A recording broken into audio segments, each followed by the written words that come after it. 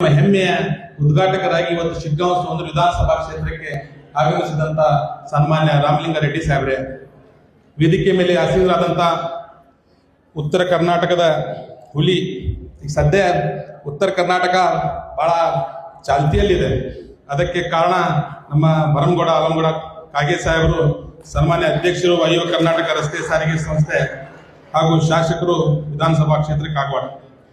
ಇನ್ನೊಬ್ಬ ಹಿರಿಯರು ನಮ್ಮ ಮಾರ್ಗದರ್ಶಕರು ಆದಂಥ ಸೋಮಣ್ಣ ಬೇನ್ಮರ್ ಸಾಹೇಬ್ರೆ ಹಾಗೂ ಸುನೀಲ್ ಹಣ್ಮಣ್ಣವರಿದ್ದಾರೆ ನಮ್ಮ ಉಪಾಧ್ಯಕ್ಷರು, ಹಾಗೂ ಇನ್ನೊಬ್ಬರು ನಮ್ಮ ಮಾರ್ಗದರ್ಶಕರು ನಮ್ಮ ಹಿರಿಯರು ಮಾಜಿ ಸಂಸದರು ಹಾಗೂ ರಾಮಲಿಂಗ ರೆಡ್ಡಿ ಸಾಹೇಬರ ಜೊತೆಗೆ ಶಾಸಕರಾಗಿ 2 ಪೀರಿಯಡನ್ನು ಕಳೆದಂಥ ಮಂಜುನಾಥ್ ಕುನ್ನೂರ್ ಸಾಹೇಬ್ರೆ, DC ಸಾಹೇಬರಿದ್ದಾರೆ, ನಮ್ಮ MD ಮೇಡಮ್ ಅವರಿದ್ದಾರೆ, SP ಮೇಡಮ್ ಅವರಿದ್ದಾರೆ, ಜೊತೆಗೆ ಸಹೋದರರಾದ MM ಪಠಾಣ್ ಅವರಿದ್ದಾರೆ, ಗುಡ್ಡಪ್ಪಣ್ಣವರು, ಸ್ವಾಮಿಯರಿದ್ದಾರೆ. ಆಮೇಲೆ ನಮ್ಮ ಗ್ಯಾರಂಟಿ ಸಮಿತಿ ಅಧ್ಯಕ್ಷರು ನಮ್ಮ ಬಂಡಿವಡ್ಡರು ಆದಿಯಾಗಿ ನಮ್ಮ ನಾಗಪ್ಪಣ್ಣ ತಿಪ್ಪಕ್ಕನವರು, ಬ್ಲಾಕ್ ಅಧ್ಯಕ್ಷರು ಮುಲ್ಲಾ ಅವರು, ಅವರಿವರಲ್ಲದೆ ವೇದಿಕೆ ಮೇಲೆ ಆಸೀನರಾದಂಥ ಎಲ್ಲ ಗಣ್ಯಮಾನ್ಯರೇ, ವೇದಿಕೆ ಮುಂಭಾಗದಲ್ಲಿರುವಂಥ ಎಲ್ಲ ಅಣ್ಣ ತಮ್ಮಂದಿರೇ, ವಿಶೇಷವಾಗಿ ಪತ್ರಿಕಾ ಸಹೋದರರೇ ಹಾಗೂ ಈ ಕಾರ್ಯಕ್ರಮದಲ್ಲಿ ಉಪಸ್ಥಿತರಿರುವಂಥ ತಾಯಂದಿರೇ, ನಾವು ಕಾರ್ಯಕ್ರಮ ಪ್ರಾರಂಭವಾದಾಗ ಮೊಟ್ಟ ಮೊದಲಿಗೆ ನಾವು ನಾಡಗೀತೆಯನ್ನು ಹೇಳಿದ್ವಿ. ಆ ನಾಡಗೀತೆಯಲ್ಲಿ ಕುವೆಂಪು ಅವರು ಹೇಳ್ತಾರೆ, ಸರ್ವ ಜನಾಂಗದ ಶಾಂತಿಯ ತೋಟ, ಋಷಿಕರ ಕಂಗಳ ಸೆಳೆಯುವ ನೋಟ, ಹಿಂದೂ ಕ್ರೈಸ್ತ ಮುಸಲ್ಮಾನ ಪಾರಸಿಕ ಜೈನರ ಉದ್ಯಾನ ಅಂತೇಳಿ ಕರ್ನಾಟಕ ಮತ್ತು ಭಾರತ ದೇಶವನ್ನು ಹೊಗಳುತ್ತಾರೆ. ಅದೇ ಸ್ಫೂರ್ತಿಯಾಗಿ ಇವತ್ತು ಕರ್ನಾಟಕ ರಾಜ್ಯದಲ್ಲಿ ಸನ್ಮಾನ್ಯ ನಮ್ಮ ನೆಚ್ಚಿನ ನಾಯಕರಾದಂಥ ರಾಮಲಿಂಗ ರೆಡ್ಡಿ ಸಾಹೇಬರು ಮುಜರಾಯಿ ಸಚಿವರಾದ ಮೇಲೆ ಅತಿ ಹೆಚ್ಚಿನ ದೇವಸ್ಥಾನಕ್ಕೆ ಸಂಬಂಧಪಟ್ಟಂತ ಜಮೀನನ್ನು ಇವತ್ತು ಮುಜರಾಯಿ ಇಲಾಖೆಗೆ ಸೇರ್ಪಡಿಸುವಂತ ಕೆಲಸ ಕರ್ನಾಟಕ ರಾಜ್ಯದ ಇತಿಹಾಸದಲ್ಲಿ ಯಾರು ಮಾಡಿದ್ದಿಲ್ಲ. ಅದನ್ನು ನಮ್ಮ ನೆಚ್ಚಿನ ನಾಯಕರಾದಂಥ ಸನ್ಮಾನ್ಯ ರಾಮಲಿಂಗ ರೆಡ್ಡಿ ಸಾಹೇಬರು ಮಾಡಿದ್ದಾರೆ ಅಂತೇಳಿ ನಾನು ಬಹಳ ವಿಶ್ವಾಸದಿಂದ ಹೇಳಲಿಕ್ಕೆ ಬಯಸ್ತೇನೆ. ಕೆಲವೊಬ್ಬರು ಧರ್ಮ ಜಾತಿ ಅಂತೇಳಿ ರಾಜಕಾರಣ ಮಾಡ್ತಾರೆ. ಏನು ಗದ್ದಲ ಇಲ್ದಂಗ, ಯಾವುದೇ ರೀತಿಯ ವಿವಾದ ಇಲ್ದಂಗ, ಯಾವುದೇ ರೀತಿಯ ಅನುಚಿತ ಸ್ಟೇಟ್ಮೆಂಟ್ಗಳಿಲ್ದಂಗ ಕರ್ನಾಟಕ ರಾಜ್ಯದ ಮುಜರಾಯಿ ದೇವಸ್ಥಾನಗಳನ್ನು ಇವತ್ತು ಬಹಳಷ್ಟು ರೀತಿಯಲ್ಲಿ ಗಟ್ಟಿ ಮಾಡಿ ಅದಕ್ಕೆ ಸಂಬಂಧಪಟ್ಟಂತ ಆಸ್ತಿ ಯಾರ್ಯಾರೋ ನುಂಗ್ತಾ ಇದ್ರು, ಆ ಎಲ್ಲ ಆಸ್ತಿಯನ್ನು ವಾಪಸ್ ಅದೇ ದೇವಸ್ಥಾನಕ್ಕೆ ಕೊಡಿಸಿರುವಂತ ಕೀರ್ತಿ ಅದು ಕರ್ನಾಟಕದ ಇತಿಹಾಸದಲ್ಲಿ ಸನ್ಮಾನ್ಯ ರಾಮಲಿಂಗ ರೆಡ್ಡಿ ಸಾಹೇಬರಿಗೆ ಸಲ್ತೈತನ್ನಂತ ಮಾತನ್ನು ಈ ಸಂದರ್ಭದಲ್ಲಿ ನಾನು ನಿಮ್ಗೆ ಹೇಳಲಿಕ್ಕೆ ಬಯಸ್ತೇನೆ. ವಿಶೇಷವಾಗಿ ನಾನು ಸಾಹೇಬ್ರಿಗೆ ಹೇಳಿದೆ, ಸರ್ ತಾವು ನಮ್ಮಲ್ಲಿ ಬರಬೇಕು, ಚುನಾವಣಾ ಸಂದರ್ಭದಲ್ಲೂ ತಮಗೆ ತಮ್ಮ ಸಮೀಪದ ಕ್ಷೇತ್ರವಾದಂಥ ಚನ್ನಪಟ್ಟಣಕ್ಕೆ ಉಸ್ತುವಾರಿ ಹಾಕಿದ್ರೆ ನಮ್ಮಲ್ಲಿ ತಮಗೆ ಬರ್ಲಿಕ್ಕೆ ಅವಕಾಶ ಆಗಿರಲಿಲ್ಲ. ಆದ್ದರಿಂದ ಒಂದು ಕಾರ್ಯಕ್ರಮ ಮಾಡ್ತೇನೆ ಸರ್, ಬರಬೇಕು ಅಂತ ಹೇಳಿದೆ. ಅವಾಗ ಸಾಹೇಬ್ ಹೇಳಿದರು, ನಮ್ಮಲ್ಲಿ ಒಂದು ನಿಮ್ಮ ಚಾಲನಾ ಅದು ವಾಯು ಕರ್ನಾಟಕ ರಸ್ತೆ ಸಾರಿಗೆ ಸಂಬಂಧಪಟ್ಟಂತ SC ST ನಮ್ಮ ನಿರುದ್ಯೋಗಿ ಯುವಕರ ತರಬೇತಿ ಕೇಂದ್ರ ಹಾಗೂ ಡಿಪೋ ಉದ್ಘಾಟನೆ ಇದೆ, ಅದಕ್ಕೆ ಬರ್ತೇನೆ ಅಂತ ಹೇಳಿದರು. ಆದ್ದರಿಂದ ತಾವು ಇವತ್ತು ತಮ್ಮ ಬಿಲ್ಗಳಿದ್ದು 4 ಬಿಲ್ಗಳಿದ್ದು ಆ ಬಿಲ್ಗಳನ್ನು ನಾನು ಮುಂದಿನ ದಿನ ತಗೋತೀನಿ, ನಾನು ಮಾತು ಕೊಟ್ಟೇನೆ, ಮಾತು ಕೊಟ್ಟ ಪ್ರಕಾರ ಇವತ್ತು ಶಿಗ್ಗಾಂವ ಸೋಂದೂರು ವಿಧಾನಸಭಾ ಕ್ಷೇತ್ರಕ್ಕೆ ಹೋಗ್ಬೇಕಂತ ಹೇಳಿ ನನ್ನ ಮುಂದೆ ಸಭಾಧ್ಯಕ್ಷರಿಗೆ ಲೆಟರ್ ಕೊಟ್ಟು ತಮ್ಮ ಕೊಟ್ಟ ಮಾತಿನಂತೆ ಇವತ್ತು ಶಿಗ್ಗಾಂವ ಸೋಂದೂರು ವಿಧಾನಸಭಾ ಕ್ಷೇತ್ರದ ಜನರಿಗೆ ಇವತ್ತು ಲೋಕಾರ್ಪಣೆ ಮಾಡಲಿಕ್ಕೆ ನಮ್ಮ ನೆಚ್ಚಿನ ನಾಯಕರು ಬಂದಿದ್ದಾರೆ. ಆದ್ದರಿಂದ ನಾನು ಹೆಚ್ಚಿನ ಮಾತನಾಡ್ಲಿಕ್ಕೆ ಹೋಗೋದಿಲ್ಲ. ನಮ್ಮ ಸರ್ಕಾರ ಅಧಿಕಾರಕ್ಕೆ ಬಂದ ಮೇಲೆ ನಾವು 5 ಗ್ಯಾರಂಟಿಗಳನ್ನು ತಂದಿದ್ದೇವೆ.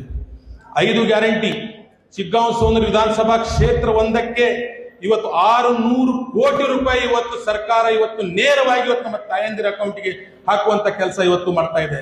ಇವತ್ತು ಶಕ್ತಿ ಯೋಜನೆ, ನಮ್ಮ ನೆಚ್ಚಿನ ನಾಯಕರಾದಂಥ ರಾಮಲಿಂಗ ರೆಡ್ಡಿ ಸಾಹೇಬ್ ಇಲಾಖೆಗೆ ಬರುವಂತ ಶಕ್ತಿ ಯೋಜನೆ ಗಿನ್ನಿಸ್ ರೆಕಾರ್ಡ್ ದಾಖಲೆ ಮಾಡಿದೆ.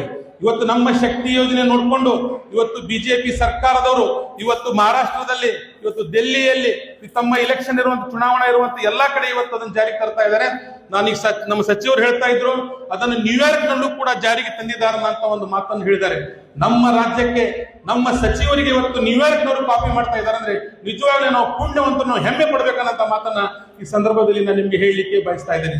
ಇವತ್ತು ವಿರೋಧ ಪಕ್ಷದವರು ನಮಗೆ ಟೀಕೆ ಮಾಡ್ತಾರೆ, ಗ್ಯಾರಂಟಿ ಕೊಟ್ಟಾರ, ಹಂಗ್ ಮಾಡ್ಯಾರ, ಹಿಂಗ್ ಮಾಡ್ಯಾರ ಅಂತೇಳಿ.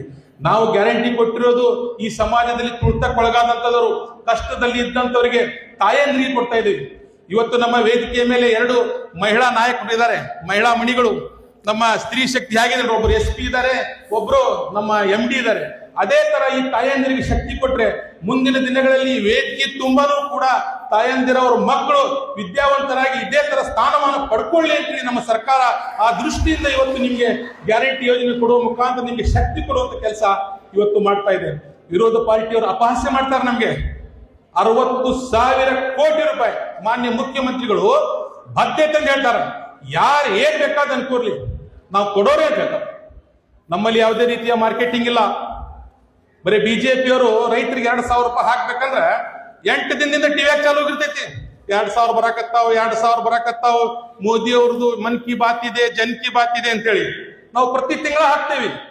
ಯಾರಿಗೂ ಕೂಡ ನಾವು ಮಾರ್ಕೆಟಿಂಗ್ ಮಾಡುವಂತ ಕೆಲಸ ನಮ್ಮ ಸರ್ಕಾರ ಮತ್ತು ನಮ್ಮ ನಾಯಕರು ಮಾಡೋದಿಲ್ಲ ಅನ್ನೋ ಮಾತನ್ನ ಈ ಸಂದರ್ಭದಲ್ಲಿ ನಾನು ಹೇಳಲಿಕ್ಕೆ ಬಯಸ್ತಾ ಇದ್ದೇನೆ.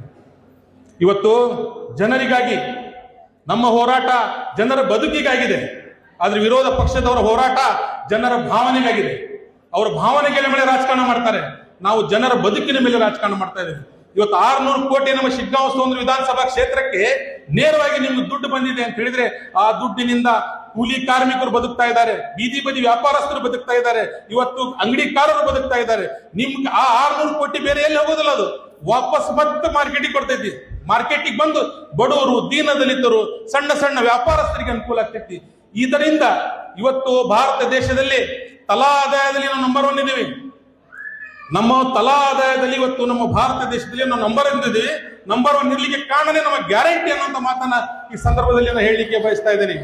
ಇವತ್ತು ಕೇಂದ್ರ ಸರ್ಕಾರಕ್ಕೆ ಭಾರತ ದೇಶ 5 ಲಕ್ಷ ಕೋಟಿ GST ಕೊಡ್ತಾ ಇದ್ದೀವಿ. GSTಯಲ್ಲಿ ಕಲೆಕ್ಷನ್ ಅಲ್ಲಿ ಕರ್ನಾಟಕ ರಾಜ್ಯ ಇವತ್ತು ಭಾರತ ದೇಶದಲ್ಲಿ 2ನೇ ಸ್ಥಾನದಲ್ಲಿ ಇದೆ ಅನ್ನೋ ಮಾತನ್ನ ಈ ಸಂದರ್ಭದಲ್ಲಿ ನಾನು ನಿಮ್ಗೆ ಹೇಳಲಿಕ್ಕೆ ಬಯಸ್ತಾ ಇದ್ದೇನೆ. ನಮ್ಮ ಸಚಿವರು ಇನ್ನೊಂದು ಕಾರ್ಯಕ್ರಮ ರಾಣೆಬೆನ್ನೂರಿಗೆ ಹೋಗೋದಿದೆ, ಇನ್ನು ಬಹಳಷ್ಟು ವಿಚಾರ ಮಾತನಾಡೋದಿತ್ತು.